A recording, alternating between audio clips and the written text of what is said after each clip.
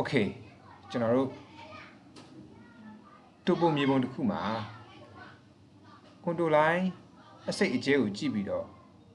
ညီမျက်နှာတင်ပြီးဘယ်နှန်းကတော့နှိမ့်နေတယ်ဘယ်နှန်းကတော့မြင့်နေတယ်ဆိုတဲ့အရာကလူတိုင်းသိတဲ့အရာလားဒါမှမဟုတ်ရင်ကျွန်တော်တို့လမ်းစာပရာတွေပဲသိတဲ့အရာလားတကယ်လို့များကျွန်တော်တို့အလုပ်အပ်တဲ့ client က engineering background မဟုတ်လို့ချင်းသူတို့အတွက်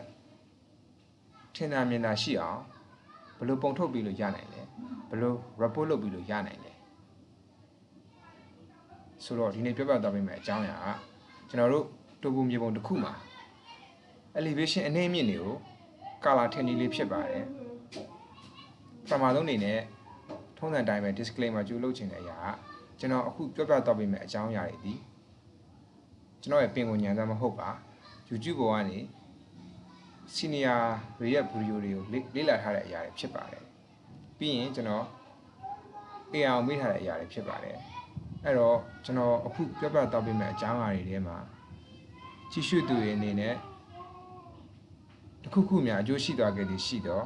ကျွန်တော်တို့ YouTube က senior ကြီးတွေပြီးရင် AI ကို appreciate လုပ်နိုင်ပါတယ်တကယ်လို့ကျွန်တော်ပြောပြသွားတဲ့အထက်မှာအမားတွေပါသွားခဲ့သည်ရှိတော့လိုအပ်ချက်တွေပါသွားခဲ့သည်ရှိတော့ဒါကျွန်တော်ရဲ့အားနည်းချက်ကျွန်တော်ရဲ့လိုအပ်ချက်သာဖြစ်ကြောင်းကြိုးပြီးတော့ disclaimer လုပ်ထားနေပါတယ် Okay ကျွန်တော်စလိုက်ကြအောင်အခုကျွန်တော်မြေပုံကိုတစ်ချက်ကြည့်ပါကျွန်တော်တို့ဒီ shape မှာဆိုရင်ဒီ table လေးကိုတစ်ချက်ကြည့်ပါကျွန်တော်တို့ဒီအပြလိုင်းကအနိုင်ဆုံးအပိုင်းဖြစ်ပါတယ်အပြလိုင်းရဲ့ area ဒီလောက်ရှိပါတယ်14421 square meter ရှိပါတယ်ပြီးရင်အနိုင်ဆုံး elevation က95 meter ရှိပါတယ်အမြင့်ဆုံးက69 meter ဒါကျွန်တော်တို့အပြာင်ချိန်ထားတဲ့အပိုင်းလေးမှာပဲရှိပါတယ်ကျွန်တော်တို့ဒီတူပိုတစ်ခုလုံးရဲ့အမြင့်ဆုံးပိုင်းကအနီရောင်ဖြစ်ပါတယ်အမြင့်ဆုံးပိုင်းက109.54 မီတာရှိပါတယ်ဆိုတော့ကျွန်တော်စလိုက်ကြအောင်เนาะဒါလေးပြန်ဖြတ်လိုက်မယ်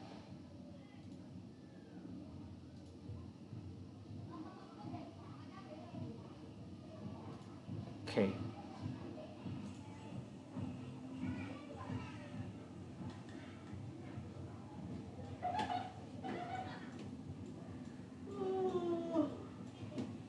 Okay ကျွန်တော်အဲ့ point ထည့်တာတွေ control ရစ်တာတွေတော့မပြတော့ဘူးအချိန်ကြီးကြာသွားပါလိမ့်မယ်အခုကျွန်တော် point ထည့်ပြီးသွားပြီ control လည်းရစ်ပြီးသွားပြီကျွန်တော်တို့ဒီ elevation ကို color နဲ့ထည့်ပါတော့မယ်ဒါတော့ကျွန်တော်တို့ဒီ surface ရဲ့ layer လေးကိုဖွင့်ထားပြီးမှရပါမယ် Okay apply Okay Okay နောက်တစ်ဆင့်ရကျွန်တော်တို့ color ထည့်ပါတော့မယ်ဘယ်နှမ်းကနေနေရလဲဘယ် color ကနေနေတာလဲဘယ် color မြင့်တာလဲပြီးရင် color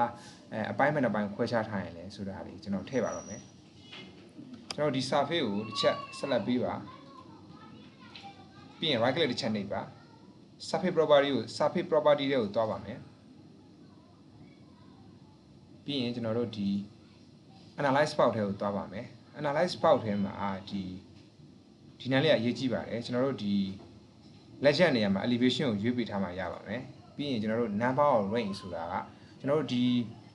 တူပူမြေပုံမှာ color ဘယ်နှမျိုးထည့်မှာလဲ3မျိုးထည့်မှာလား5မျိုးထည့်မှာလား10မျိုးထည့်မှာလား12မျိုးထည့်မှာလားကျွန်တော်ကတော့10မျိုးကြာရင်နည်းနည်းများနေပါလိမ့်မယ်ကျွန်တော်4မျိုးလောက်ပဲထားလိုက်ပါမယ်ပြီးရင်ကျွန်တော် down arrow လေးကိုတစ်ချက်နှိပ်ပါမယ် Okay ထည့်ပြီးသွားပါပြီပြီးရင်ကျွန်တော် color လေးတွေမတူအောင်ချိန်ပါမယ်တစ်ချက်နှိပ်လိုက်ပါကျွန်တော်အပေါ်ဆုံးကောင်ဝါရောင်လေးထားလိုက်ပါမယ် Okay ဒုတိယကောင်ကိုကျွန်တော်အစိမ်းရောင်လေးထားလိုက်ပါမယ် Okay တတိယကောင်ကိုကျွန်တော်အပြောင်လေးထားလိုက်ပါမယ်ကျွန်တော်အောက်ဆုံးကောင်ကိုအနီရောင်လေးထားလိုက်ပါမယ်တည်ကြသွားလို့ချင်းကျွန်တော်တို့ apply Okay ချက်ရှိုးပါကျွန်တော်ဟာလေးက color လေးရှိတ်ထည့်ပြီးသွားပါပြီအဲ့တော့ကျွန်တော်တို့ဘယ် color ကအမြင့်ဆုံးပိုင်းဖြစ်နေရလဲဘယ် color ကအနိမ့်ဆုံးပိုင်းဖြစ်နေရလဲဆိုတာဟာကိုကျွန်တော် label တက်ပါတော့မယ်အဲ့တော့ကျွန်တော်တို့ဒီ annotated ထဲကိုသွားပါပြီးရင် add table ဆိုတာလေးကိုတစ်ချက်နှိပ်ပေးပါပြီးရင်ကျွန်တော်တို့ add surface legend table ကိုတစ်ချက်ရွေးပါမယ်အဲ့ဒီအချိန်မှာကျွန်တော် command box မှာသူတောင်းနေပါပြီ slide surface or brush enter key ဆိုကျွန်တော်တို့ဘယ် surface ကိုတက်ချင်တာလဲဆိုတော့သူကကျွန်တော်တို့ track ခိုင်းပါတယ်ကျွန်တော်မှအချက်နှိပ်လိုက်ပါမယ်ကျွန်တော် surface 3ခုလောက်ရှိနေပါကျွန်တော်အဲ့ဒါကြောင့်ပုံမှန်ဒီ topo ဒီ on ground surface ကိုကျွန်တော်တစ်ချက်ချလိုက်ပါမယ်ကြိုက်တဲ့ surface ကိုတက်လို့ရပါတယ် cutting filling surface ကိုလည်းတက်မလားကြိုက်တဲ့ surface ကိုသွားလို့ရပါတယ်ကျွန်တော်ဒီ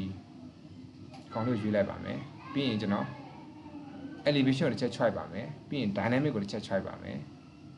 okay command bar ကိုတစ်ချက်ကြည့်ပါကျွန်တော်တို့ဒီ select upper left corner ဒီကျွန်တော်တို့ table တစ်ခုထွက်လာပါတော့မယ် table ရဲ့